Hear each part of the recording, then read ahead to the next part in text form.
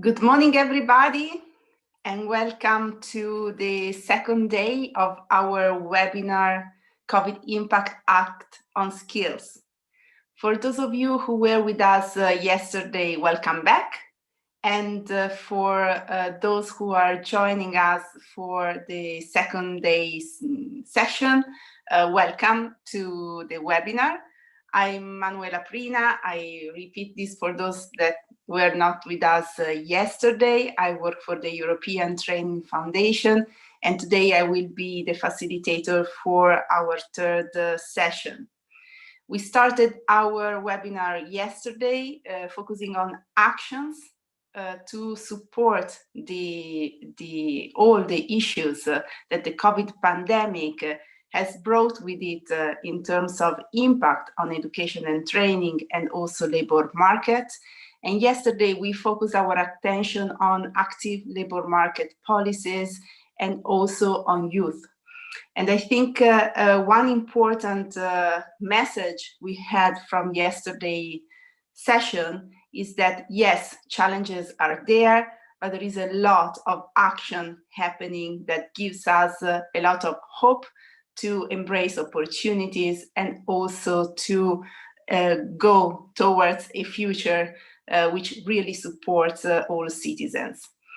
Today, we will focus our attention on another important dimension of the impact of COVID as regards the private sector and enterprises. We will look into how enterprises are reacting to COVID and what is the skills dimension that is essential to make resilience and also to gain possibly opportunities for the future. Before we start, let me remind you of a couple of technical features that are important. We would like also today's session to be as much as interactive as possible. So I invite all of you to write your questions on the chat. And today we will take a slow rhythm. So we have fewer speakers to allow for more interaction to happen. So to respond to more questions and also receive your inputs. My colleague Didier will facilitate the chat, and he will also later on be the voice of the questions in the webinar. Let me also remind you about the interpretation. On the bottom right end of the screen, you have a little icon that looks like a little word. There you have the interpretation channels with the interpretation in French, Arabic, and Russian. So please use this icon if you need interpretation. I would like to thank from the start and remind that this workshop is conducted in partnership. Yesterday we had the ILO and we had UNICEF with us. Today we have EBRD and UNIDO that are also important partners in the actions the ETF is putting in place to react and to support the COVID recovery. Now let me stop here, and I think it's time to start. We have a first session where we want to actually set the scene, and one of the actions that we took this year in partnership with UNIDO has been a global survey to understand what is the impact of COVID on skills demands from companies. Now the report will be made available to you in English, and we have also managed to translate part of it in Russian. It will be shared with you after the webinar. But I would like to give the floor to Matthias Larsen, who has worked with me and the ETF team on this global survey, to give us really a highlight from what we found out of the global survey. Matthias, what is the impact of COVID on skills demands from companies? I give you the floor.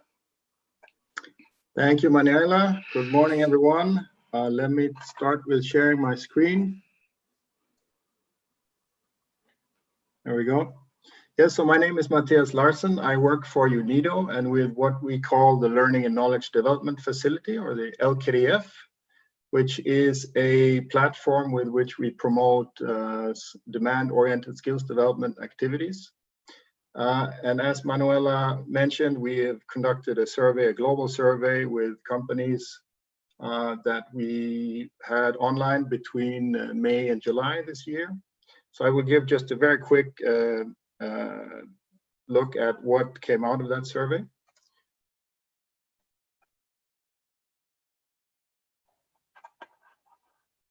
Sorry, I have to click somewhere else to change the slide. Probably on the left hand side.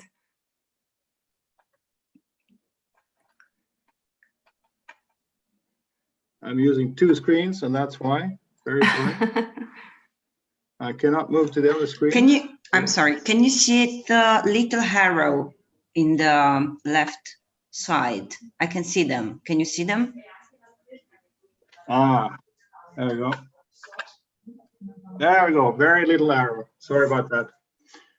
Yes, so obviously the economic impact of COVID-19 was substantial and visible in several dimensions. And one of the things that came out of the survey was that 58% of the companies we surveyed stated that they expect major changes in their production processes or in their main business performance. And of course, that varied between different regions and different sectors and different types of companies. For example, companies in developing economies were more strongly affected. So there's a lot of uncertainty, but also interesting was that 26% of the companies said that they actually felt that the crisis could be turned into an opportunity for them, for their businesses. But the main challenges that they mentioned were the ones that are mentioned here. It's that their business activities were suspended by their authorities, of course, as a result of lockdown or mitigation measures. They were having difficulties in importing raw material, their orders were being canceled, and they were suffering from shortages of financial liquidity. So, of course, the COVID-19, what we're also seeing is that it's pushing companies to explore future skills needs. We saw that 42% of the companies actually expect to need different skills to cope with the COVID-19 challenges. And of those 42%, 60% also expect changes to the production processes themselves or how they deliver their main business. And the main skills that they mention or that came out of the survey as they foresee a need for in the future is the need for ICT for e-commerce and marketing, design thinking skills, creativity, analytical capabilities, and multitasking. So in a way, skills that were more or less known to be in need before. So what we're seeing is that the pandemic is more or less strengthening the move toward digitalization. And then the third main thing we looked at in the survey was the efficacy of COVID-19 safety measures. And 69% of the companies said they had actually been implementing enhanced safety measures.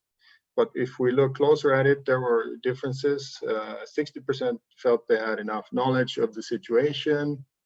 12% said they did not feel they had enough knowledge, but 48% felt they had adequate measures in place, but also 25% felt they did not have adequate measures in place. So again, a lot of uncertainty. And based on the results of the survey, we discussed different policy implications for the future. And the main thing, excuse me, is that there is, of course, a need for a public-private dialogue, because these are major issues that are at stake for the future that need to be explored both with enterprises and public authorities. So we discuss in the report that's based on the survey 4 dimensions for discussion. The first one is that the role of skills and skills development should be enhanced because it's crucial. Then that the public measures in place should be diversified because the need itself is also diverse. And then that the way the importance of skills and skills development is communicated should be enhanced. And lastly, that there are good examples of innovators that should be learned from.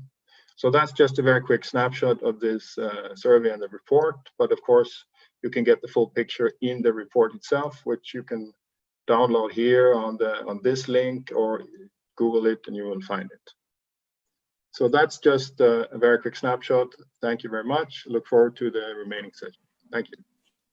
Thank you very much, Matthias. I think it's a good appetite, especially because we completed this survey over summer, where there was still a lot of concentration, let's say, on problems and on understanding the situation. And now in those months, we will see later also with our speakers today, how this has translated actually in actions and in proposals for the future. Thank you, Matthias. Please stay online because we will take eventually questions later on.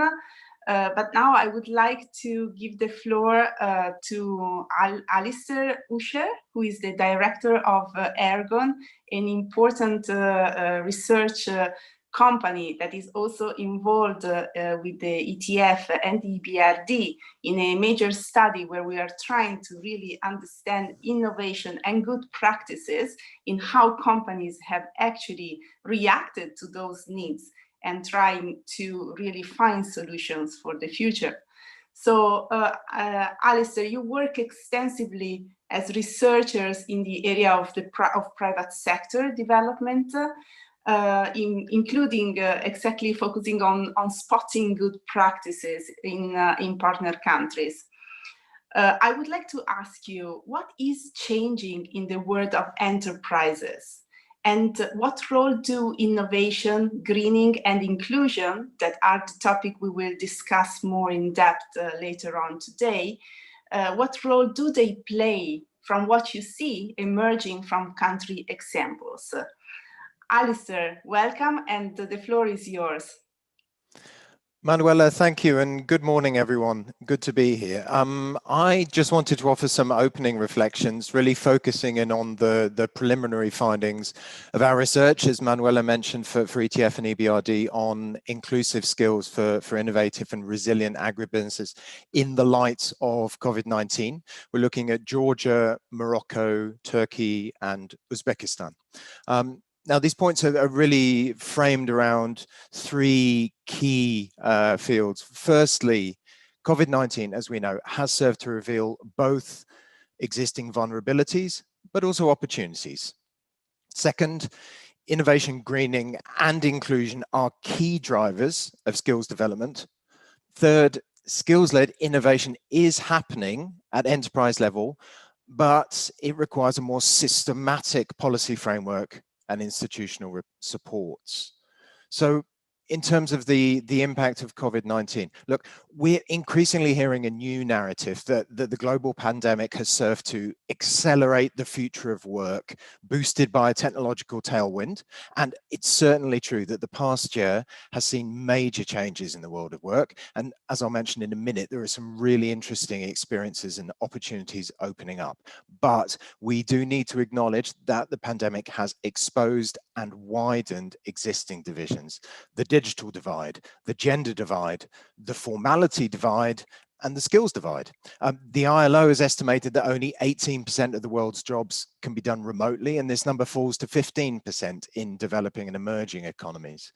So from a business perspective, particularly in primary agriculture, the pandemic led to real challenges around recruiting, transporting, and accommodating workers. In Turkey, for example, Anatolian Orchards, a major global player, put in place special measures to ensure safe and responsible recruitment of seasonal labor from the other side of the country. And some very important parts of the agribusiness value chain, hospitality and agri-tourism foremost, have been decimated. by this crisis. Depending on the state support available, it's had a deep impact on both businesses and their workforce.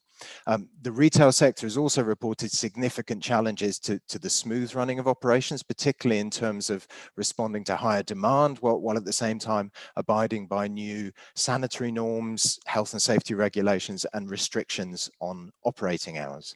But there is some evidence that COVID-19 has spurred innovation and skills development. Crisis, of course, has obliged innovation born of necessity. And by innovation, I mean not only R&D based innovation, but also process and systems innovation based on business practice. Some of these practices reflect the digital virtualization of work, which is, typically more applicable to knowledge intensive service and retail sectors. Agribusiness production, of course, tends to require physical proximity to the product. Where possible, though, remote working can spur greater inclusion. It can, of course, be highly compatible with a more family-friendly employment practice. Consumer-facing food retail has been typically an essential service, remaining open, and where retailers have been able to access or scale up e-commerce operations, the results have been extremely positive. In Turkey, the largest grocery retailer, Migros, significantly expanded e-commerce operations during the pandemic to cover all provinces nationwide, and also started a free home delivery service for the over 60s, which entailed the recruitment of 1,000 additional employees. In some cases, the significant disruption to other sectors of the economy presented opportunities for agri-production sector to position itself as an employer of choice, including to white-collar urban workers who would typically not consider a job in agribusiness. Several Georgian agribusinesses reported being able to offer job stability, a COVID-secure outdoor employment. Equally, we have several reports, such as from a major Uzbek retailer, Kozinka, that supermarkets were able to create new job opportunities for qualified people who lost their jobs in the service or hospitality sector. And there have been winners in product and marketing innovation. For instance, Balpakmark, a honey and bee products producer in Turkey, has identified and pursued a stronger market opportunity to brand the health attributes of its products in the context of pandemic-induced increased consumer demand. So, point 2, innovation, greening, and inclusion are key drivers of skills development. And, skills are an important entry point to building resilience and creating innovative opportunities for the future. Clearly, adapting employee skills and roles to post-pandemic ways of working will be crucial to building operating model resilience for all businesses. We have repeated examples, just picking up on the point from the previous presentation, rapid development of digital and e-commerce skills, as well as supply chain and database management skills. There are some really interesting linkages beginning to be made between the education and TVET infrastructure, business, R&D, and the innovation ecosystem.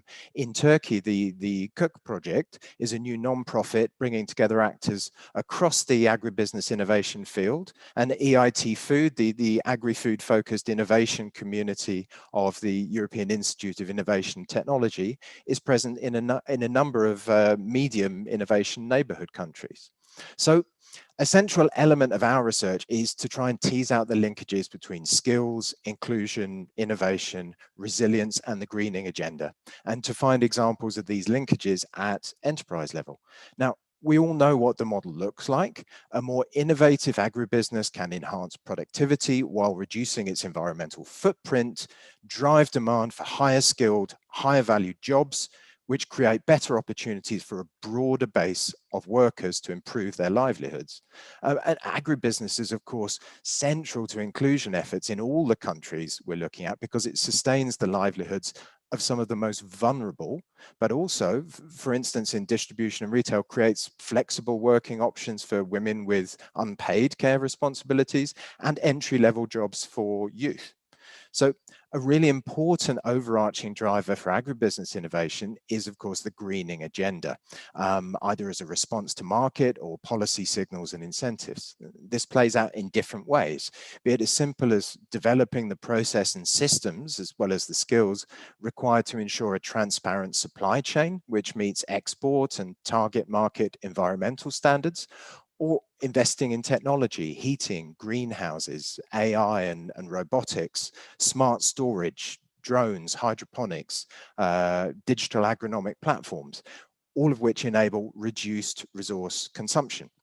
So in Georgia, a Jara group, for example, has expressed an intention to develop a sustainable approach to waste management, as well as energy use and transportation. And in doing that, has identified the skills necessary, the knowledge necessary to develop and implement these initiatives.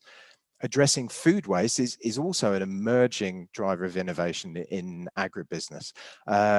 Turkish startup Oreka, for example, launched in the wake of COVID-19 in September 2020, brings together food vendors and customers offering large discounts on surplus food, so preventing food loss and creating a profit.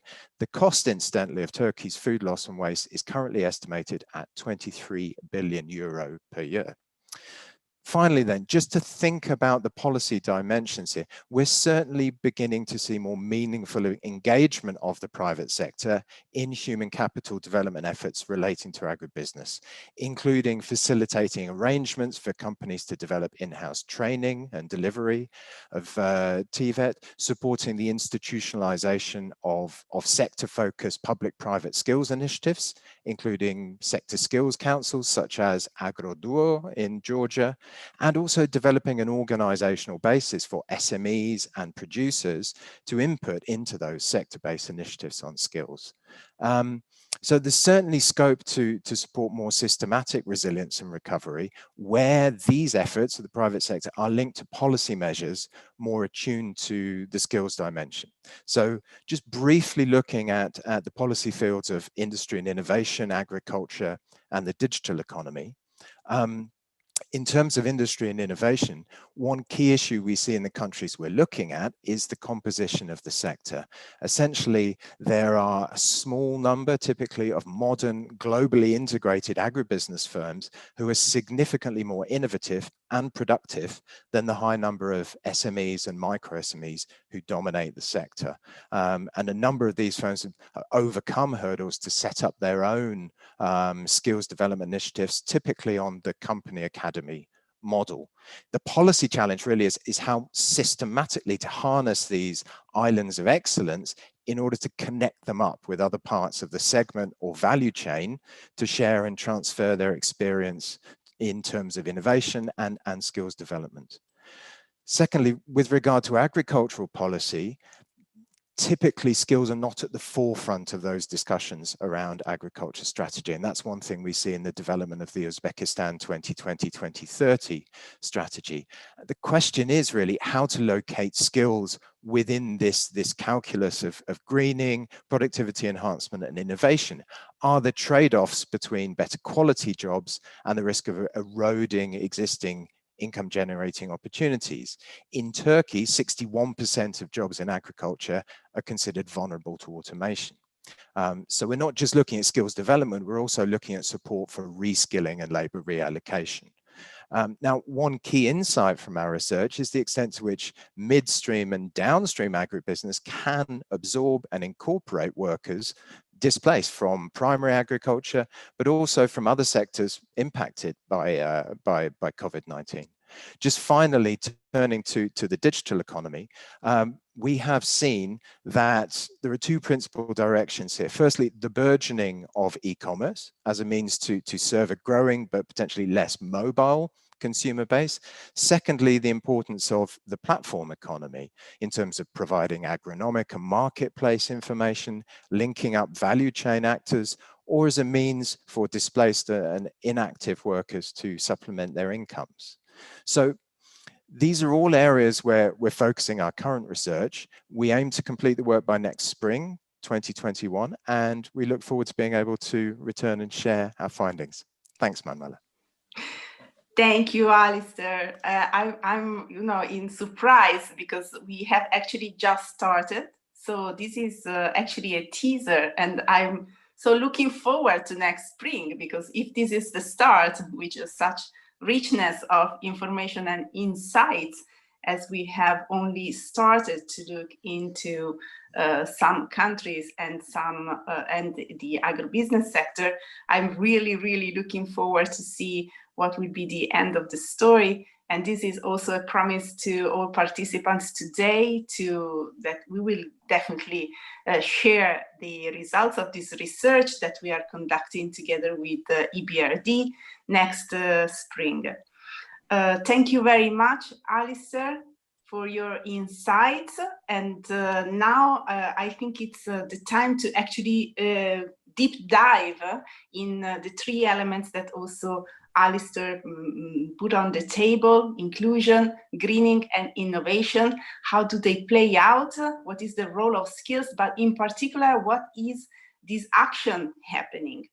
So our first guest speaker today, who is actually also almost, part of the team, I would say.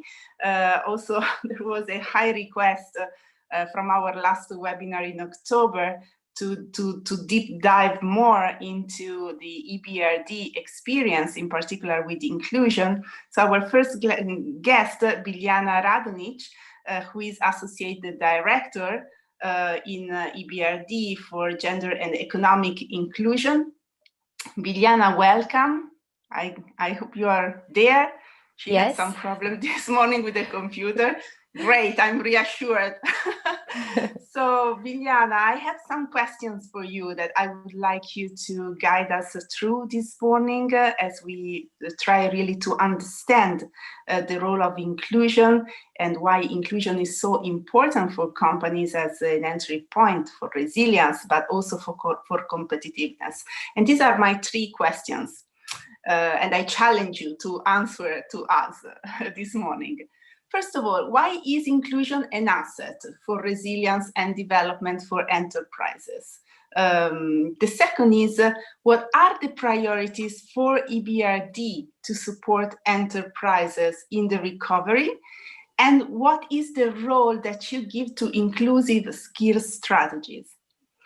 And finally, can you share with us some successful example of companies you think are real good practices so that we and also our participants can look at? So if you accept those questions, Biljana, the floor is yours. And thank you for being here with us this morning. Over to you.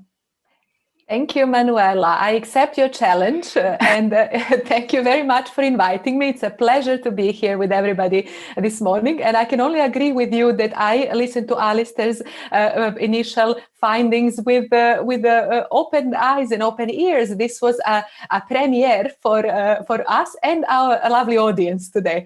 So I think that was very interesting.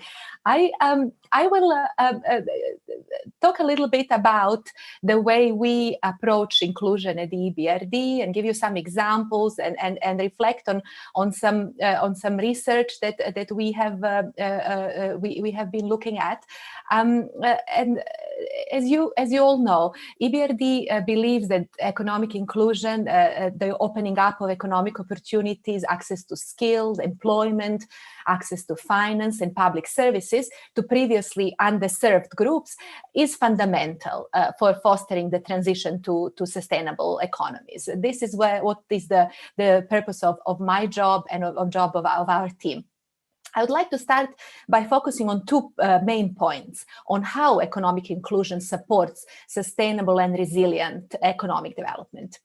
Firstly, there is a strong link between economic inclusion and, in particular, the inclusive labor markets and economic resilience.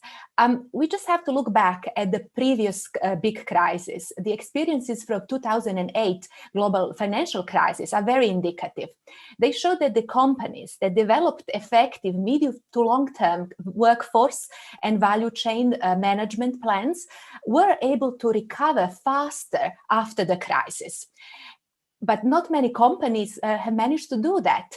Research suggests that only a small number of companies, approximately 10%, can flourish after an economic slowdown, meaning that they will do better on key financial parameters than before and outperform their competitors. In particular, the companies that master this delicate balance between cutting costs to survive today, which we hear a lot now, and investing to grow tomorrow, they do well after any recession. These companies reduce costs selectively by focusing on operational efficiency, but also at the same time, they invest in the future. They invest in R&D, in marketing, in new technologies, and also in related skills development activities. So from our side at EBRD, we are very well placed to assist our clients, which are 75% are private sector companies, in developing these strategies. We are first and foremost a bank. So we provide financing for liquidity or for expansion purposes to our clients. But we are also a public institution. So we provide technical advice and facilitate engagement with governments, which then help companies obtain and develop the skilled and diverse workforce that is critical for their current and future business operations. Let me give you two examples, project examples, one from Georgia and the other one from Kazakhstan that will give you an indication of what we do. In Georgia, we have financed EFFICACY, the main provider of healthcare services, which is obviously one of the forefront of the COVID crisis, to develop the largest modern medical laboratory in the country. But in parallel, we've helped EFFICACY produce Georgia's very first local language textbook on nursing. We did not believe that that was possible, but it was. The textbook they had were from the Soviet times and were never updated. So we also supported the client to work with the National Center for Education Quality Enhancement to integrate new occupational skill standards into Georgian national qualifications framework. In addition, we developed an action plan for EFFICACY to reduce gender imbalances among nurses. This is interesting, as studies consistently show that integration of men in female-dominated occupations can boost working conditions and earning across the board, including for women themselves in these occupations. Although that could go in a totally wrong directions, of course. You may know that after the Second World War, women used to dominate ICT sector, but then men got into it, salary and prestige rose, and women got squeezed out. But somehow I can't see this happening to nursing. Anyway, joking aside, the leadership of this private sector client in Georgia, in this area, will have a long-term impact on two fronts. It will secure closer match between employers' demand for skills and the trainees' supply of skills in this such essential occupations. And also, it will address labor shortages by increasing the attractiveness of these sectors, which will then make the sector more resilient and sustainable in the long term. So that's an area that we work on in Georgia, in Turkey, in Egypt as well. Similarly, on a different matter, as Alistair said, the digitalization and technology is something that has been given impetus through the COVID crisis. In Kazakhstan, we are in the process of developing a new learning program in mechatronic engineering with Karaganda University in cooperation with our client called Borusan Makina. Because of the current restriction, we are doing all this online, but a new training program will improve local supply of mechatronic engineers. This occupation is and will continue to be in high demand, with a range of manufacturing and services sector dealing with automation, industrial automation. So our intervention will help reduce skills shortages and mismatches there. And we do a number of similar projects across our countries of operations, in Ukraine, in Serbia, where we look into the technology and digital skills and also engineering future professions. So in addition to the economic inclusion being important for economic resilience, we have all witnessed how populism has been spreading like wildfire across Europe and the world over the past few years, especially after the 2008 global financial crisis. So inclusive economies can also fend off populism and contribute to the resilience of political systems. For example, research suggests that the greater social mobility softens the distributional conflict in society and makes transition to democracy and democratic consolidations more likely.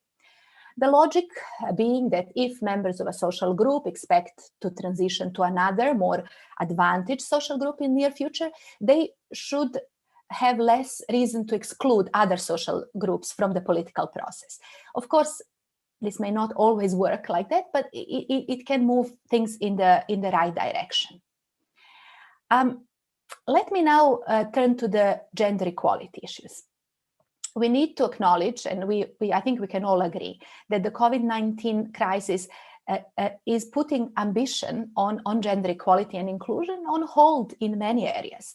It may even risk reversing the gains made on equal opportunities over the past decade. So more efforts are definitely needed to make sure that this doesn't happen. Available data suggests that women are disproportionately affected by the crisis. It is primarily due to their representation in the sectors hard hit by the lockdown policies, but also because of the increase in the time spent on care duties. As burden of domestic labor increases, women assume greater responsibility for children and elderly care. And we are seeing this. We are seeing that this is disrupting not only their participation in the labor market, but also in their studies for younger women. That's very, very troubling. Also, going back to this digitalization and STEMs, science, technology, engineering, and mathematics, we all know that women are already currently underrepresented in STEM professions. It is likely that women will also be disproportionately affected by the technological disruptions that this crisis will speed up. They've already been happening, but this is now getting even faster. For example, female workers are at a significantly high risk for displacement by automation. This only highlights the urgency to attract more young women into STEM fields and to remove any constraints to greater employment of women in these professions, including any discrimination in hiring. But beyond that, a lot more proactive measures are needed. Skills development programs will need to include concrete gender equality measures and gender stereotypes among students and parents and trainers, and also from the training materials need to be also addressed and removed. Let me give you an example of Turkey. Although there's been a lot of progress made on women's health and education and role in society, female labor force participation remains stubbornly among the lowest across our countries of operations, at just 38%, according to the latest data from this year, compared to 78% for men. So we are talking about 40% gender gap in labor force participation, which reflects a gender occupational segregation, which is prevalent across Turkey and a number of other countries in North Africa that EBRD works in. But it also reflects traditional social norms and about women reproductive and caregiving roles. This is where EBRD works in our sectors. Power and energy is one of the sectors the least advanced in promoting gender diversity in Turkey. For example, and that's where it offers a vast room for improvement. Let me give you one example of what we've done in power and energy sector in Turkey. We have supported an electricity distribution company, Tredash, which in 2019 recorded an outstanding increase in the number of women in technical roles, from as little as 4% to 25% in roughly 1 year. And they've also increased women in managerial roles from 10% to 15%. How did they manage to achieve this?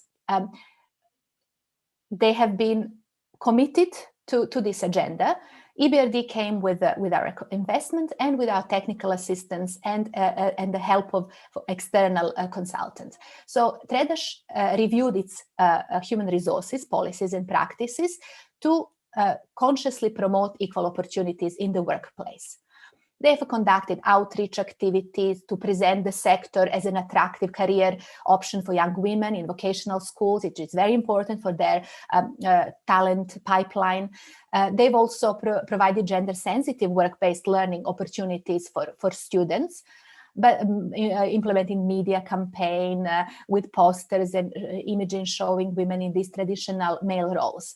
But they didn't stop there. For their existing employees, they've included a number of initiatives. Most importantly, financial support for daycare, as access to high quality, affordable, reliable childcare is one of the biggest problems for women in Turkey, but also across the board. And they have also thought about job rotation and include job rotation program for flexible working. That is another reason for women not to drop out of the labor force after giving birth, for example, which is one of the big cliff edges, as we know. Finally, the client developed a women in leadership training and mentoring program to advance women employees' career progression into managerial roles. And we are very, very proud of this client.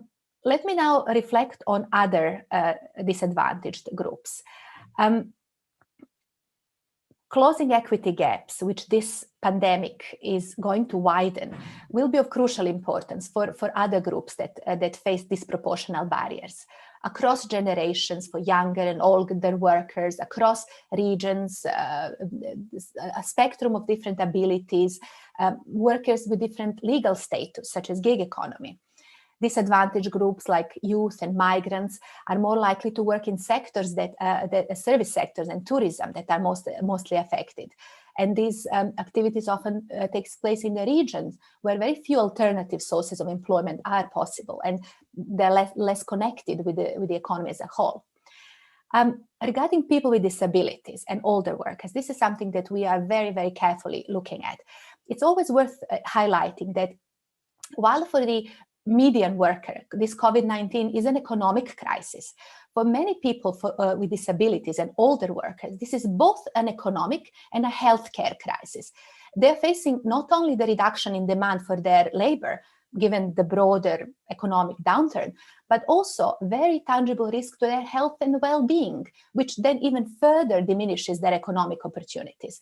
At EBRD, we have taken a very operational approach to work with private sector corporate clients to increase access to skills and employment for people with disability in retail, garment, in ICT sector, in Egypt, Belarus, Moldova, Ukraine. We are also looking into other entry points to operationalize this approach in infrastructure as well. We have something called Green Cities Framework, and we are exploring opportunity to integrate principle of inclusive design and universal access to a city-wide schemes, which would be very important for people with disabilities. And closing soon, I would just like to talk about people in economically underserved regions. There are many risks there related to current and future economic shifts. One area, for example, that we are particularly interested in is a risk that in the transition to green economy, which is very desirable, communities dependent on high carbon industries will be disproportionately and permanently disadvantaged potentially. So we are developing a set of intervention that combine investments, local capacity building, and policy engagement to promote what we call just transition through a comprehensive and integrated approach to regional development. We are looking into some EU countries in Eastern Europe, but also Western Balkans and Ukraine. Our focus will be on a number of targeted areas that are crucial for regions to decarbonize, but also develop new skills and attract new finance. First, we will be supporting regions to become greener, including reconverting the high carbon assets. We will support affected workers and community in reskilling efforts, which leverages our work on economic inclusion to promote alternative jobs, upskilling and entrepreneurships, but also working with the players in the external job market and education providers. And thirdly, we would help those regions diversify economically to facilitate growth of alternative economic opportunities across the range of sectors. So this would hopefully help the long-term success of this impacted region. And I will really only 1 minute to conclude. Any reactivation or any recovery effort at the company level or at the country level after COVID-19 need to be much better focused on employment readiness initiatives, such as skills development activities and sector alignment. It will help to improve resilience to any future economic shocks. Also, it will be critical to design sound policies to help workers in anticipation of changing labor market requirements due to new technologies, access to information, new technology, demographic shifts, and future of work. That practically means better access to information, career guidance, job matching, and tailored training to support the employability of disadvantaged group. And finally, this is much more difficult. EBRD has long recognized that sustainable economic transition requires changes to market structures to avoid creating or further deepening existing inequalities. But that's a big topic which requires a separate event. So I hope I have given you a bit of an overview of how we think and how we operationalize economic inclusion, and that I didn't go over my time. Thank you very much. Thank you, Biljana. Thank you very much for taking this approach to guide us through the vision of the EBRD and how you actually bring this into your operations. So I think it's interesting to see that from needs that are there and challenges, in fact, action is happening. There is plenty of evidence on how inclusion is actually an asset for the company themselves and for embracing really opportunities. Somehow we still have work to do, and we will definitely do it together to ensure that this is taken up more broadly across our partner countries. But I think that questions are not ending here. And I give the floor to my colleague Didier, who is moderating the chat, because I think there are some questions for you. Didier? Hello, good morning, everyone. I'm Didier Jalibert, and I work for ETF as a specialist of private sector engagement in VET. Yes, there are many questions, and some of our colleagues already answered and gave some hits.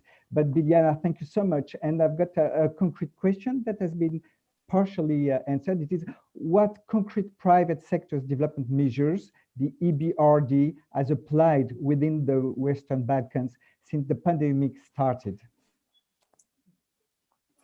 Well, in the Western Balkans, we have partnered up with the ILO to assess the impact of COVID on the labor market, with a particular view of disadvantaged groups. And we have done assessment in all of the countries of the Western Balkans, with a few coming out just now, I think, for Bosnia and for Kosovo.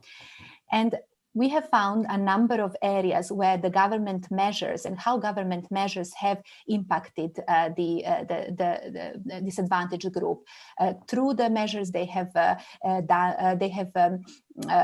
through the measures to help businesses continue to operate, to not lay off employees, through some measures that are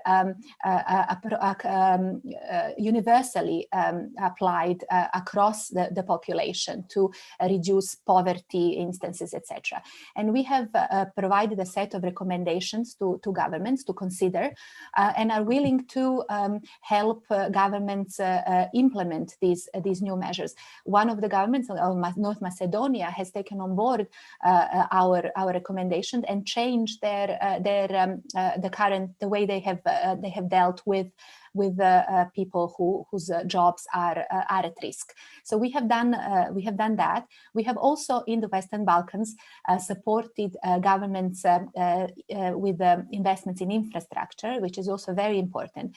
But making sure that these investments are inclusive from start, because it's very much more expensive to retrofit inclusion afterwards, which is one of the things that is a very seductive way to do now, to say, well, we don't have the time for inclusion and gender and all that. This is where it's too important to deal now. We make sure that we work with our governments, with the infrastructure project, to make sure that these considerations are integrated in the design, such as accessibility, such as women use of public services for economic opportunities. Thank you so much.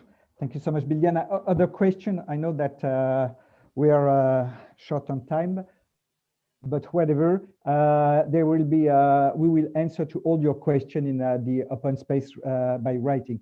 However, we've got a very specific question. You mentioned an initiative or a program that has been set. It was about the job rotation program for flexible working. So the question is, how does it work? We advise all of our clients who are keen to improve diversity of their workforce, particularly who are keen on promoting gender equality at the workplace, that it is not only about attracting women to come to your company, but it's also retaining them, their professional development, looking at the ways of making sure that the work-life balance, that women's obligations with children and other duties are taken into account, particularly at crucial points in the women sort of life cycle when it comes to after maternity leave. So flexible work in larger companies where clients are able to allow women to work part-time, job share, have flexible starting and finishing times, working from home, etc., etc. Whatever possibilities there are that do not disrupt the business operations, that we encourage clients to do it, and we help them identify those opportunities, because it's often easy to say, oh no, it's not possible. Especially before COVID, nothing was possible to be done from home, and now we see a lot of things are possible.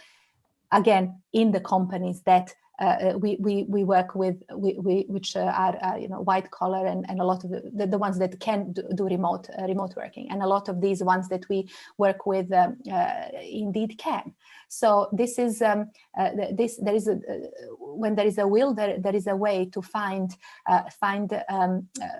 efficient ways to both make sure that the business doesn't suffer, but also to make sure that women are given working conditions and working style that suits them. Thank you so much, Biljana. Very interesting, because it encompasses all the work of this issue. I've got some questions, but it's for our previous speaker. If you don't mind, Biljana, I'm sorry, because there is two short questions. I'll be back maybe later with you. It is for Alistair. Alistair, someone asked if there is any report, and if it is available. Do you have links? Yes, thank you, Didier. As Manuela alluded to, we are currently in the middle of the work. The intended publication date for the report, which will bring together the four country reports, including company level case studies. So we've looked at 5 companies in each country. That final report will be available in spring 2021. Okay, that's great. There were also a short question for Matthias. And the question it is, what was the number, size, and geographic coverage of encompassed in the LKDF survey? Thank you. Yes, I shared the link in the chat box, so the report is available there. So the actual sample was of 334 companies, It was a global sample, but they were, you will see in the report that they are concentrated in some areas and less so in other areas. Thank you so much. Thank you. So there are many questions. So as I've said, I suggest that we transfer the question to our contributors, to our guests, and then we will answer you by written in the open space. Now I think that it's back to you, Manuela. Thank you so much. Thank you, Didier, and thank you also to Biljana once again. There are plenty of questions in the chat, so I invite our speakers to also have a look. If you have time now to give a brief answer, that would be great. So now we discussed about inclusion, but there is a lot of talk that, of course, it's happening in the world that it's focusing on greening. Is one of the other pillars that we would like to explore today, and to explore greening and how this is actually an asset for enterprises. We have Riccardo Savigliano with us, who is Chief in UNIDO of Agro Industries and Skills Development.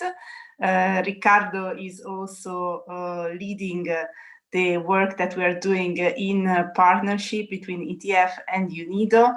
And I would like to welcome him today here with us. Riccardo, are you there? I'm here. Thank you, Manuela. Welcome.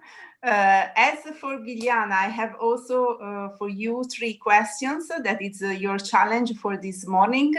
Then I will, of course, like in hackathons, I will decide who was the best one to go through the challenges. So those are the 3 questions for you, Riccardo. In last October, there was a forum organized by you in partnership also with the ETF and other important organizations, where you were focusing on greening, not only as an opportunity, but actually as an asset for enterprises. So can you tell us more of what is there for enterprises when we talk about greening, and how do skills enter in this picture? Can you make us some concrete examples from your network on how enterprises can invest on green skills? And so to make this become an asset for the resilience, of course, and for the competitiveness for the future. So, Riccardo, if you accept the challenge, the floor is yours. Manuela, thank you so much. And I would say that it's already, coming after, let's say, the previous speaker is already a big challenge for me. But I will try to contribute with the best of my capacity. And yeah, indeed, let me try to share my screen. I hope I can do it. But in the meantime, of course, I cannot do it. So in the meantime, I just wanted to tell you that, yes, we did host an event in October, and it was on green jobs and green skills. The topic was actually decided before the COVID crisis hit us. But what we saw is that actually, and also going into a little bit the direction of what Biljana was saying, we realized that companies that invested in green jobs, green businesses were actually a little bit more resilient. Showed a higher resilience to what was happening during the COVID. So we kept the thematic approach. Though again, we were in the topic was decided long before. We kept it to try to understand how that let's say the green business and green jobs could also facilitate during that of course the crisis. And actually, as you said, we more than opportunities, we try to look into assets. And one of the first that we came across is that actually going into green businesses or going to green manufacturing and green services is attracting employers. And actually it's, I mean, giving a purpose to the organization, purpose to the business, makes people feeling attractive, no, in a way, but personally. So basically, you increase the commitment of the people working with you, and you have also on other side workers as a first, let's say, advocate for the and promoters of the company, of the products and the services. So it's very, very powerful. Of course, going into green businesses gives opportunity to open new niches, and those niches are actually becoming bigger and bigger. So we see sectors where greening, and then let me get back to that later on, but where we are talking about, I don't know, some commodities like coffee, we are talking about textile, we are talking about the automotive. So those niches that were niches a few years ago are becoming the new normal. And yeah, COVID has accelerated that, but it's something we have to remind ourselves, something that was there with us since few years. Then by going into green businesses, you also increase engagement, in particular engagement from investors. Let me come back to that later on as well, and from clients.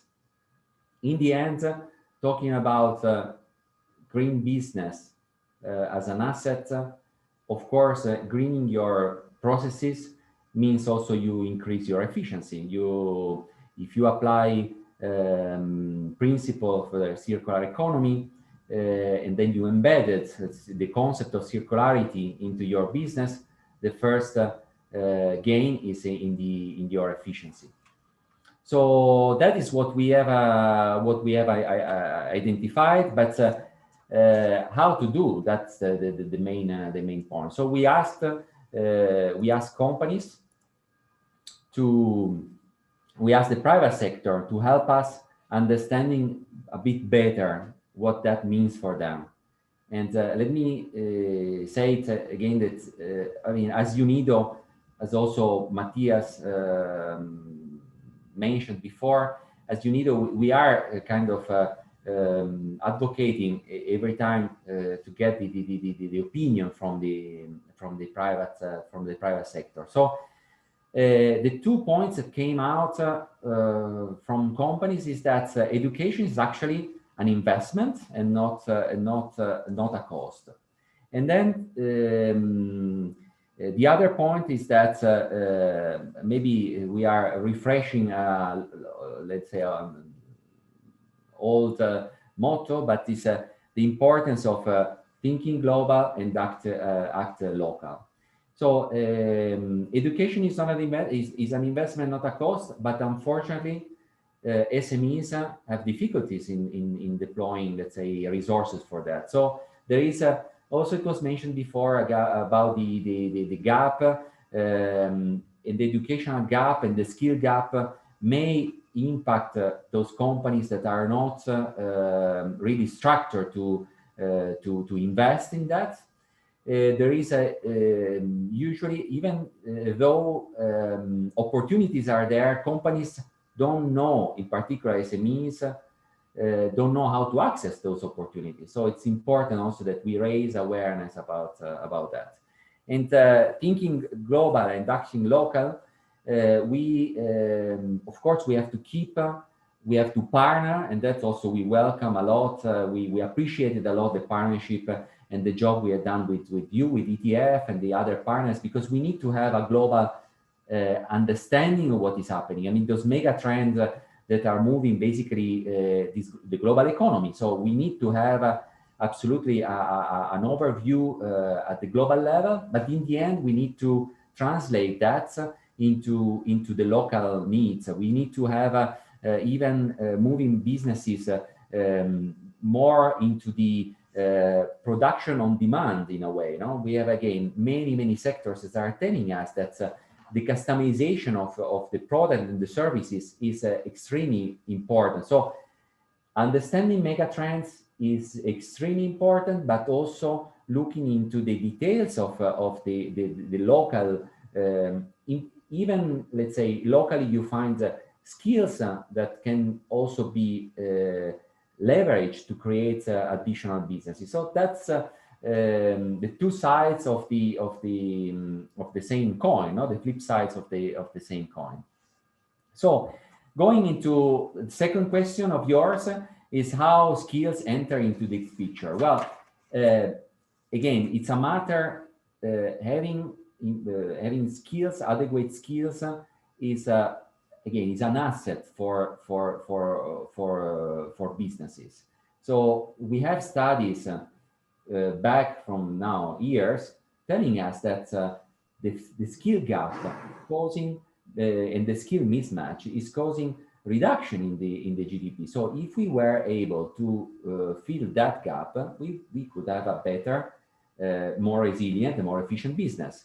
COVID has showed us how important that is. I mean, it's not just we did not discover it now because we knew it before, but now it became so evident that we cannot allow further the deficiency in our system. So COVID has decreased dramatically the GDP globally. In some countries, is really bringing the issue to social. It's not a health issue, it's becoming a social issue, right? The COVID impact.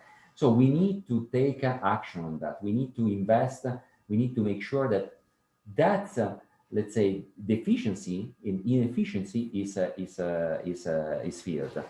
So we have to rethink about redirecting investments. And the comments from before, it was brilliant on that regard. So we have leaders around the globe telling us that we need to find a way to rethink about the investments, so to redirect investments. So we have to be careful. I mean, those are green jobs are opportunities, yes, but we also have to take care of those ones or new green jobs are opportunities, but we also have to ensure that the current workforces are adequately reskilled. And that is what ILO is saying. This is also what the World Economic Forum is saying. And this is also what UNIDO is trying to contribute to. So that's basically our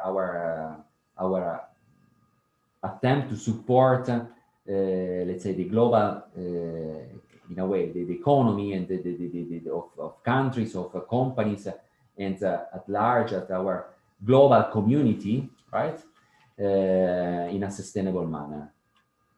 So going into the involvement of the private sector, we do at UNIDO try to always involve in whatever we do the private sector. We work on partnerships, and then allow me to just spend a few minutes on what we call PPDP. I mean, usually the normal way of calling the public-private partnerships is PPP. We wanted to add a D, meaning a development. I mean, that type of partnership should lead to a development, a shared development. The definition of the World Bank on the public-private partnership, the PPP, is when let's say a public asset is handed over to a private company that takes care of handling it. That could be a infrastructure, could be a service, but then there is the private sector keeping the risk of that handling. So here we want to have the asset co-created by public and private. We want the risk to be shared. So in a way, the public and the private are joining together for development. And that is what we are trying to do. So in education, in LKDF, what also Matthias mentioned, that's the way we are trying to operate. We are at the level of project setup, idea setup, throughout the whole cycle, monitoring, sharing, and also scale up and replicating. So going back to the question, we do believe that skills are actually very much at the center of the resilience, the long-term resilience of industrial activities. One example now, a concrete example of a project that we have we are handling in South Africa is on forestry. It's where, of course, skills are very much related to green jobs, right? I mean, the proper handling of forests is having impacts on biodiversities, on land management, on climate changes, and so forth and so on, and so on and so forth. So we do work on that sector since a few years. We are paying much attention on female. Of course, is a sector that is actually very much male dominated. We are trying to promote proactively the involvement of female, and that is bringing really wonderful results. We are working together with the SMEs. I mean, we try to understand the issues. We identified that the issue was what I was saying before. SMEs do not have very often access to skills development programs. So this is what we try to do, to give them in particular opportunities for training people. So that brought to business expansion and job creation. Here I have put in the presentation a video. It's 5 minutes. I will spare you from watching it. But if you are interested, just we feel it could be interesting for you to watch it. I mean, we hope you will enjoy it. And maybe if you do that, just let us tell us what you think about that, whether that could be useful for what you're looking for. But anyway, for the sake of time, I will not go to the video now. So we see, on the other hand, the world is changing. We are also projecting ourselves into the future. We see many very interesting things happening, accelerated by COVID, but that were already there with us. We see, of course, the European Green Deal coming. So now we got very good news from yesterday, not from the political, let's say, administration of Europe, the European community is powerfully going into that, and then we'll have an impact, positive impact on many policies around the globe.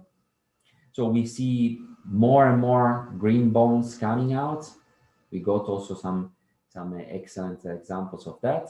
We see companies going into the social benefit businesses, those benefit corporations. More and more companies are moving their businesses out from only monetary, but more on social and social and environmental impacts. So that is what we see. We see that the world is going into that direction. We are proposing some ideas. We are trying to work together with other, trying to propose ways of ensuring that those assets, as we were saying before, are fully taken. We consider extremely important to have a policy coherence, to have a very, again, global and local understanding and empirical assessment on the skills needs, the actual and the future. We are advocating more and more global coordination among all institutions and all players, because just alone we cannot achieve what we can do all together. And then, of course, we need to ensure that awareness is raised. We need to make sure that we don't leave aside those SMEs and those individuals that are more negatively, that may be negatively impacted by digitalization, for instance, and digital opportunities. I mean, those should be given to everyone. And then, of course, the world is going into more monitoring and evaluation, so we need to go into impact-based intervention. And for that, I conclude, Manuela, just to say that we require us as a UN organization to change the way we work.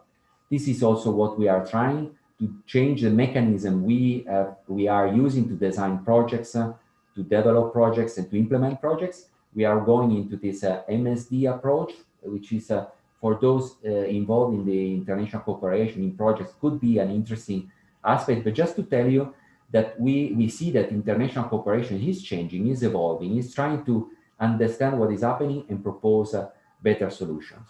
And with that, I conclude. I hope I was not taking too much of the time, and in case you have questions, I would be very pleased to take them.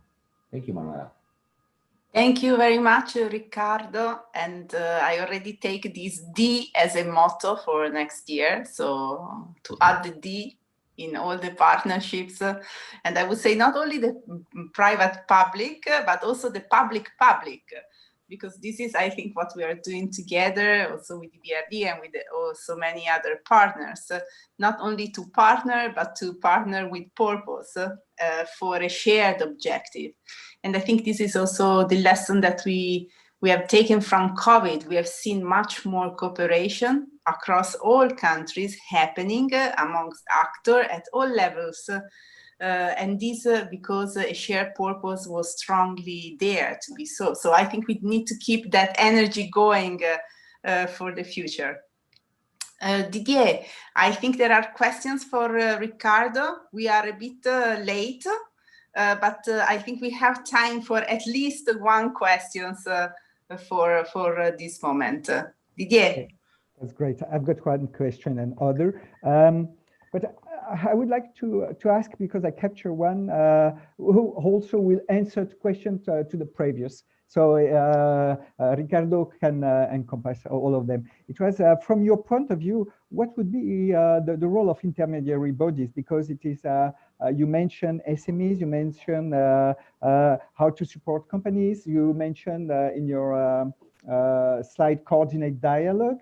And but from your point of view, and it has been said before, adapting skills will be crucial. But how do we do, and what will be the role from your point of view of intermediary bodies, chambers, association, sectoral association? Well, those will be key.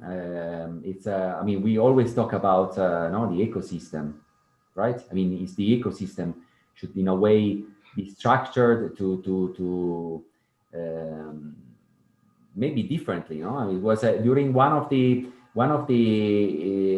let's say intervention that we got during our annual the forum, the LKDF forum, was actually from a donor saying that actually it's difficult to see to measure the impact of all those investments in education. So it's very difficult to measure the impact of those actions. And then we need to make sure that we are better measuring the impacts. So to do that, we need everyone to be involved. And just to say, from our side, what we always advocate for is to have industries and the private sector fully involved and engaged. So we do believe that that is a way to sustain or to ensure sustainability. But then everyone has to be part of the game. I mean, that's something that should come from, again, the ecosystem, schools, the policy makers, students themselves, at different levels, because it's we are talking about different levels of education. I mean, TVET university. I mean, was also mentioned about the primary school, no, with the STEM already embedded in the curricula from the beginning. So it's very complex. It's very complex. What I was referring to, the MSD approach, is actually a tool for us to try to ensure that everybody is listened, and everybody is asked, and everybody is able to give to give ideas, but also find a way to get engaged. I know that Manuela will kill me because we are out of time, but there is a very interesting question. It's a very concrete question. How are the VET providers prepared to deliver massive training in green skills? Does it mean if they count with adequate trainer with the right skills to train companies? It means that how are the trainer ready? VET provider, are they ready for massive training in green skills? Well, that's also, we had a study for us saying where is the lack of skills, at which level because here we are talking about, let's say, at which level of the education we need to probably start with heavy investments in skills development. And we realized that also the university, I mean, most of those jobs that they can be, let's say, generated by green businesses are actually higher in the education ladder. So we need to ensure that we hit also those different levels in the education. Are we ready for that? Yeah, we are ready. There are already sectors where we are ready for the massive trainings.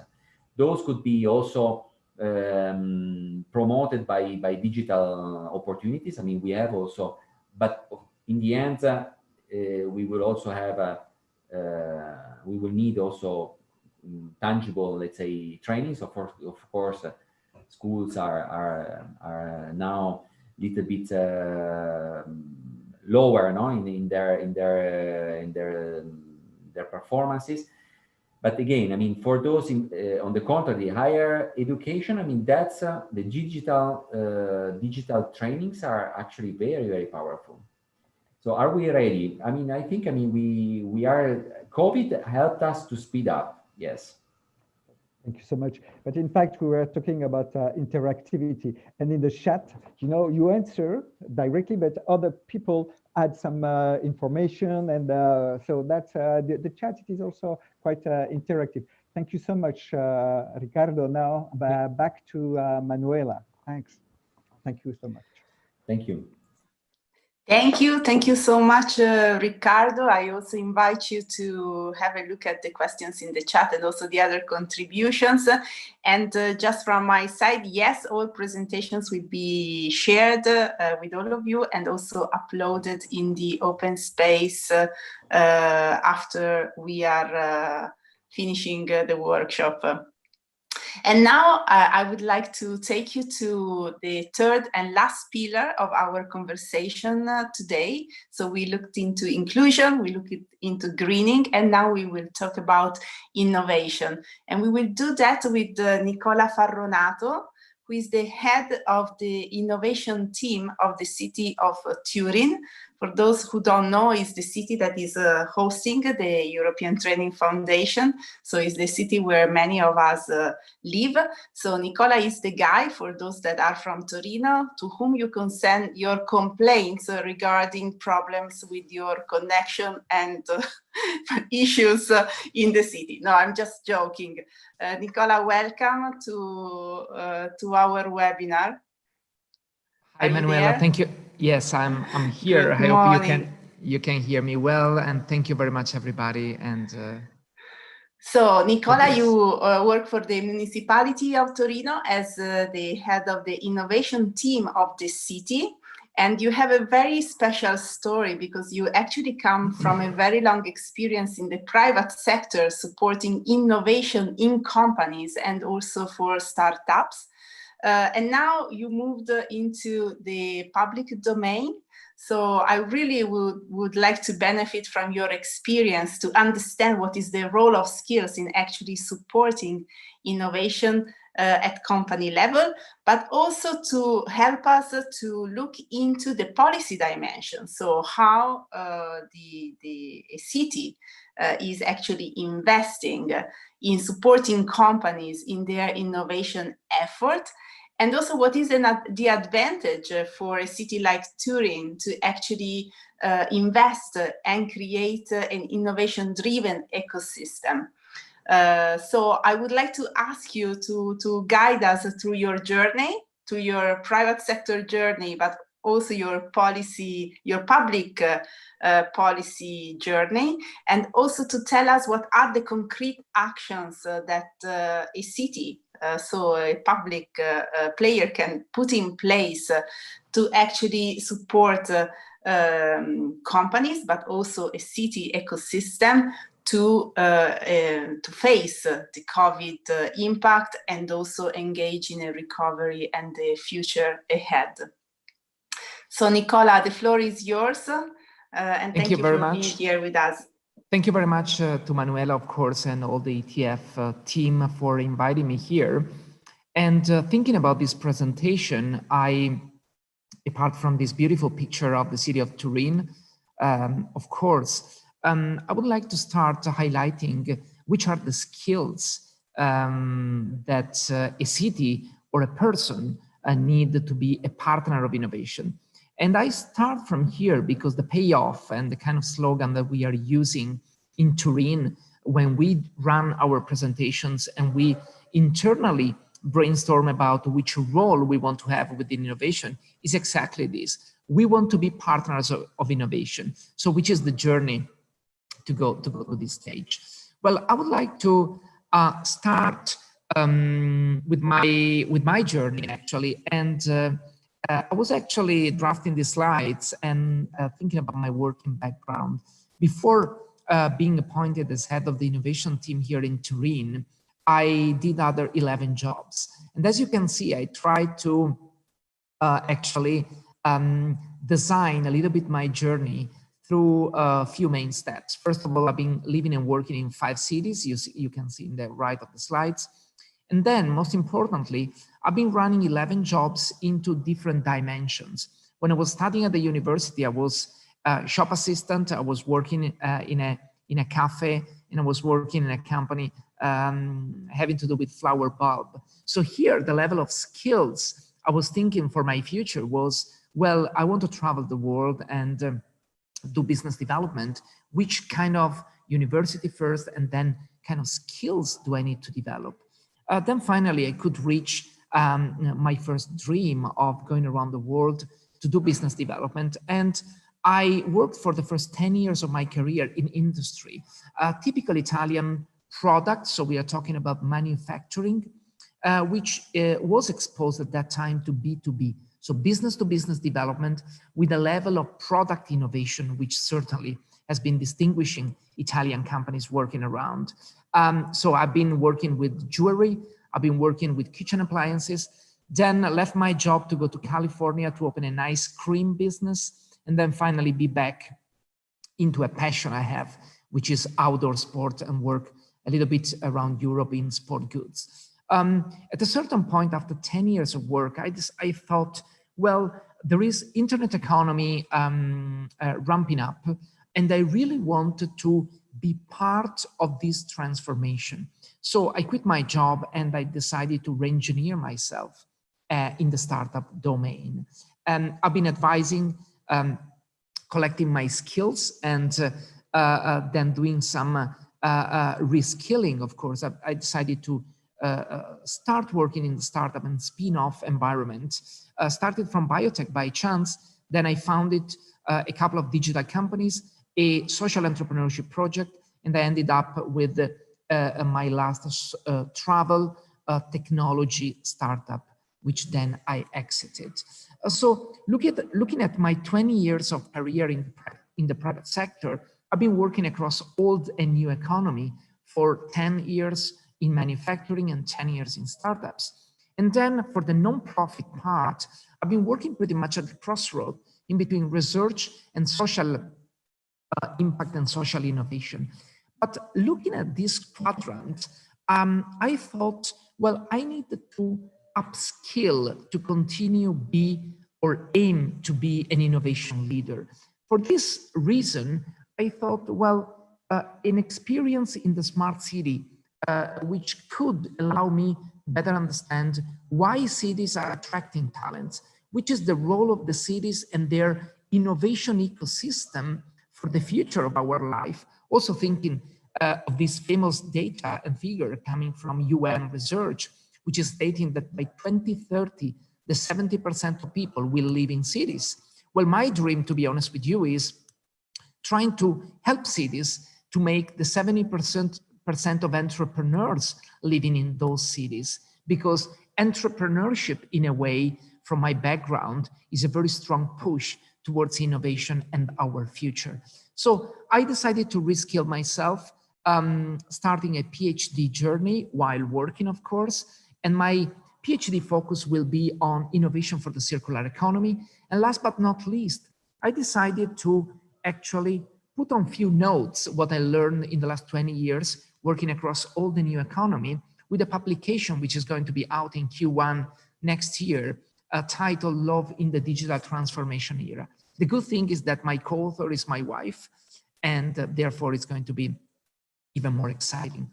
In the last year, something great happened because I had the chance to be appointed with the role in the Smart City of Turin, and in particular, take care of Torino City Lab. So the city of Turin, I started from the fact of the city partner of innovation, has a very strong innovation DNA and has decided in the last couple of years to position itself as a laboratory, so as a city lab, able to attract innovation, create an innovation ecosystem, and actually push and boost the transition from a post-industrial city to a leading innovation city able to attract talents on innovation from all over the world. Few key numbers that we will present, by the way, next week in the annual meeting of Torino City Lab are saying 70 partners. So we have a local innovation ecosystem made of 70 partners, because basically the city, in order to win the great emerging technology challenges, need to put around itself a number of partners from the industry, from the research, from the innovation categories, able to accompany the city to develop a number of projects. We have done in the last 24 months, about 60 innovation experimentations with the urban impact in the city and launched 5 challenges. So the vision that we have of the smart city is a distributed smart city based on pillars and based on districts that around the city have been able to aggregate talents. So again, skills are crucial, are paramount here in this design of the smart city, because as you can see in this layout of the Turin map, we have a number of very specific and clear verticals, from multidimensional mobility, which starts with road mobility, air mobility, and continue to space mobility, a great emerging trend, with some horizontal emerging technologies like the big AI family, which therefore can be connected with science, agri-food, agri-tech, healthcare, and of course, Industry 4.0. So the idea is that the sum of the talents based and distributed in all the smart district of the city create a vision in continuous movement. We like to call it smarting, this concept of a smart city, which every day is trying to look at an incremental step towards becoming smart or smarter for the territory and for its citizens. So this is a snapshot of the local ecosystem. So the innovation ecosystem of the city is one of the main drivers for talent attractions, for upskilling and reskilling of our environment, of our practitioners, of our citizens by self, because the city takes care of B2B, B2C, and B2B2C routes. So how you transfer innovation from research to the applied research, and then to the final users of innovation, who are citizens. A final remark on a very interesting project we have launched a couple of weeks ago called Torino Reshoring. So we have spotted the opportunity that a city like Turin can enable the attraction of a number of foreign companies. We have started from North America, but we are willing to exploit it globally. A number of foreign companies which can see in Turin the best ecosystem to come and develop a certain activity at high value, bringing here talents and contributing to the growth of the skills of the environment, the ecosystem, and the city. We have been already able to sign 2 companies, one in smart mobility, the other in air mobility, and we are launching top-down and bottom-up programs to be able to solidify this opportunity. And this opportunity comes in place, and is an idea which we developed during the first lockdown in which we have seen that the business travels have, of course, been brought back almost to zero. Telepresence and remote work, which combined can create the beginning of a smart working, have, of course, been broadcasted and became almost mainstream. And in particular, a number of intangible assets connected with our city could be exploited in a moment in which the whole world needs a review of the paradigm in which probably skills get to position number one. Last comment on my side, this is a sort of roadmap of our journey. So a city which for a number of years from the Second World War has been growing based on very heavy manufacturing, which in the transition to become a smart city, in this smarting transition, is succeeding in attracting top international innovation brands to make the ecosystem, to make the territory a territory able to attract, deploy, and elevate, so raise the opportunity for upskilling, reskilling, and skills at the center of this equation. I think that's all on my side as a presentation. Manuela, I hand it over to you. Thanks. Thank you so much, Nicola. It's extremely interesting, really, to see this journey, especially in a year that has been so challenging, but where the city of Torino was able to show resilience, I would say, on the innovation agenda, in particular, also rethinking also many of the actions that you had. I will give the floor to Didier for the question, but first I have a question for you, and this is the following. What is that for you is really the key factor that makes these partnerships happen? So I think that there are, back to where I started, which are the skills enabling a city, in this case, to be partner of innovation. I have at least three. So the first one is mindset, innovation mindset. It's a great soft skills, and it's the attitude of those leading the city to become a smart city that can influence and can have an impact on the whole ecosystem and the whole stakeholders. I want to make an example. The celebration, the annual celebration for the patron of the city, St. John's, 24th of June, has become a great opportunity to make citizens aware of a number of emerging technologies. So we are starting from a problem in a way, right? We have streams of emerging technologies with a high complexity, and part of our citizens are not able to grasp on it in the short term. We are leveraging opportunities like celebrations, annual feasts that can allow us to bring in technology. This year, for example, we have done an indoor drone spectacle. So 200 drones inside the Mole Antonelliana of Turin, one of the most iconic buildings of the city, renowned all over the world, to make people understanding that if tomorrow we will have drones delivering parcels in our city, it's not an enemy, it's part of a transition towards new opportunities. So the city can be a conductor of good thoughts, good vibes, and of course, new skills and new knowledge for citizens.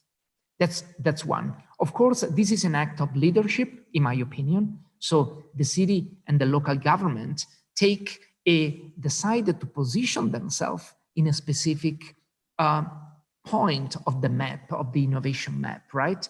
And this kind of funnel. And a great feature, which I think is relevant for cities, for people, for companies, for startups, is resilience. The pace at which this innovation growth curve is going is very fast and brings along a high complexity. We used to call it sometimes the quantum leaps of the big innovation waves. So with complexity, an attitude that we can put in place is resilience.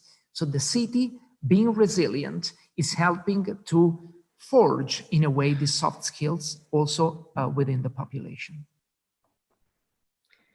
Thanks. Thank you very much, Nicola. I ask Didier if is there a question? We have very little time, but I would take a question for Nicola. Didier.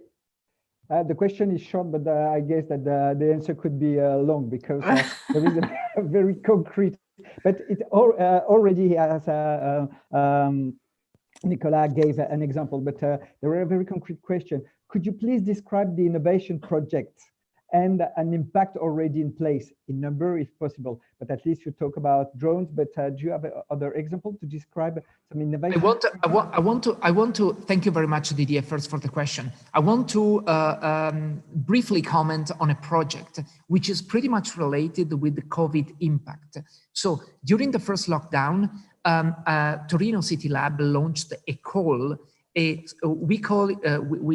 titled this Innovation and Technology on behalf of citizens. And this call has been named Torino City Love. So the love of innovation has been used to leverage the opportunity of our partners to offer free resources to our citizens in a period which we know has been really critical and crucial.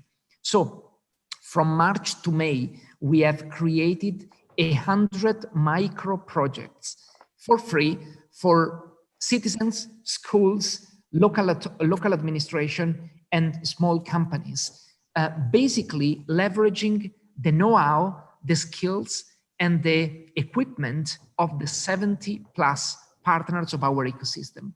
So the city, which is the role of the city? If I do a metaphor with sports, the city is a playmaker. So it's connecting demand and offer of innovation at the right time.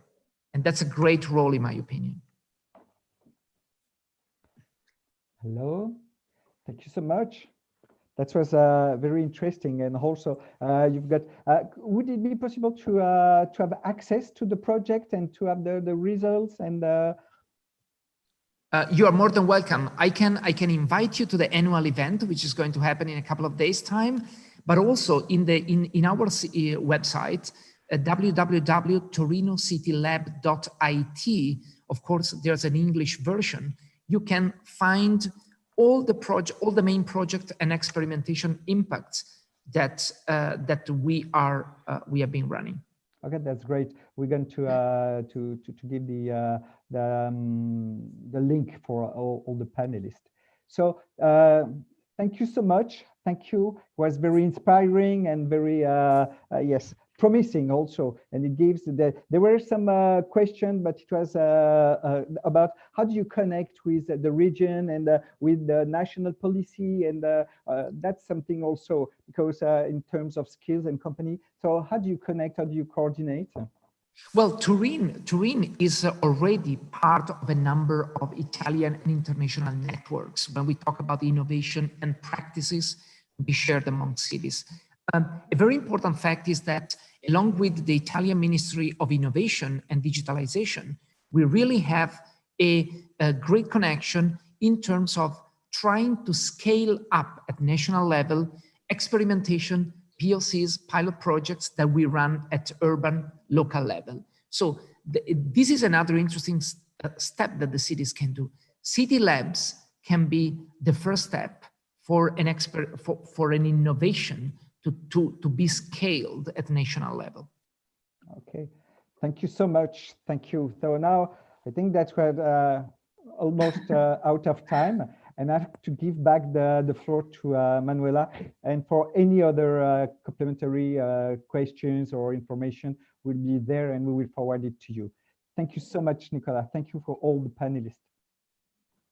Thank you, Nicola. I would also like to add that one of those many projects that were implemented is actually one in partnership also with the ETF and with the International Training Center of the ILO that is also hosted here in the city of Turin, where we specifically worked on the role of skills in this vision of Turin to be and to be even more a smart city in the future.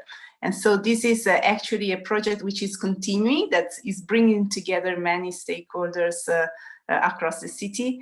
So ETF and ITC-ILO initiated this with the city, and now this is handed over to a council in the city that is taking this forward to ensure that really skills are part of this ecosystem. And so also the all levels of education work, in a good synergy with the vision and the actions that are taken forward at also economic level. Thank you very much, Nicola, for being with us. So it's time for us to come to a closure of our morning. With some of you, we will actually meet in a more restricted form later today, where we will actually discuss, and I say this for also all the other participants today, we will start discussing about some specific actions that the ETF will put in place in 2021, in particular looking at the support to companies as regards the skills dimension. So next year there will be more evidence that we can bring on the table in how skills enters as an element in the support actions that are provided across all partner countries to companies of different size and of all sectors. And with this, I would like from my side to thank everybody for being here today, and also the speakers, but also all the colleagues and the technical team that has helped us to be online today. And I invite our head of the policy unit, Xavier Mateo, that will guide us through the conclusions of these 2 days webinar, and also has a little surprise to share with us. Xavier, the floor is yours. Thank you very much, Manuela. I want to thank everybody, all the participants and speakers for this contribution and interaction. We have been covering several very relevant discussions, from active labor market policies, the focus on activation and skill development, to skills for labor market transitions, particularly for the youth, and skills for enterprise development, scaling, reskilling, upskilling, greening and digital transitions, innovation, resilience, inclusion, sustainability. All these are very important concepts today for the moment where we are.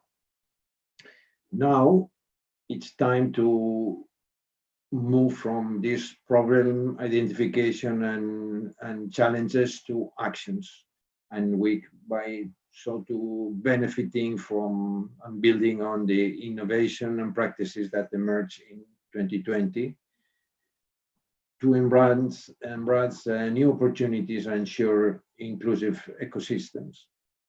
Skills mean investing in resilience and investing in opportunities, as much as it is key to bring in the skills dimension when we focus on the crisis mitigation, resilience, and recovery.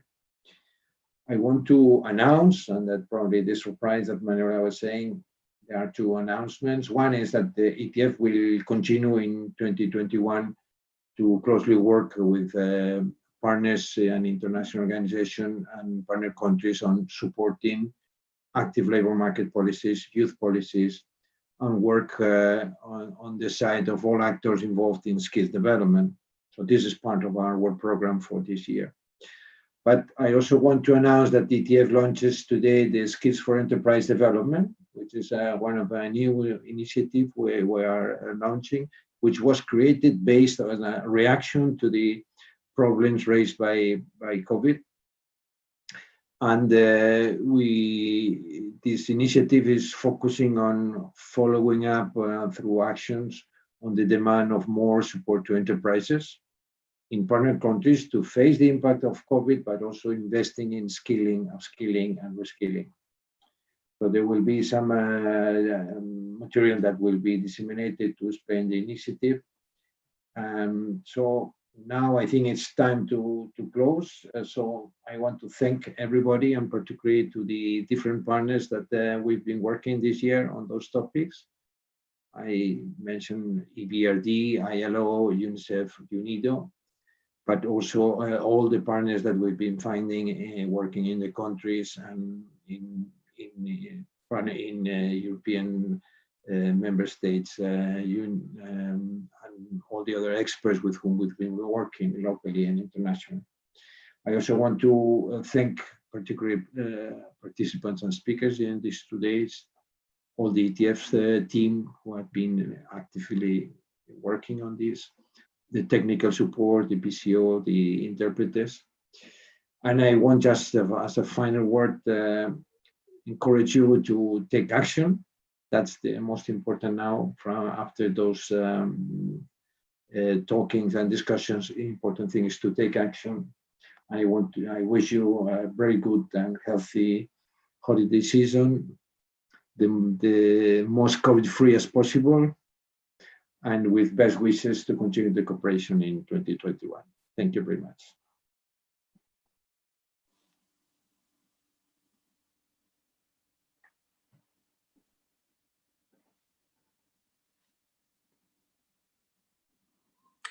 Thank you very much to everyone, and we close our workshop now.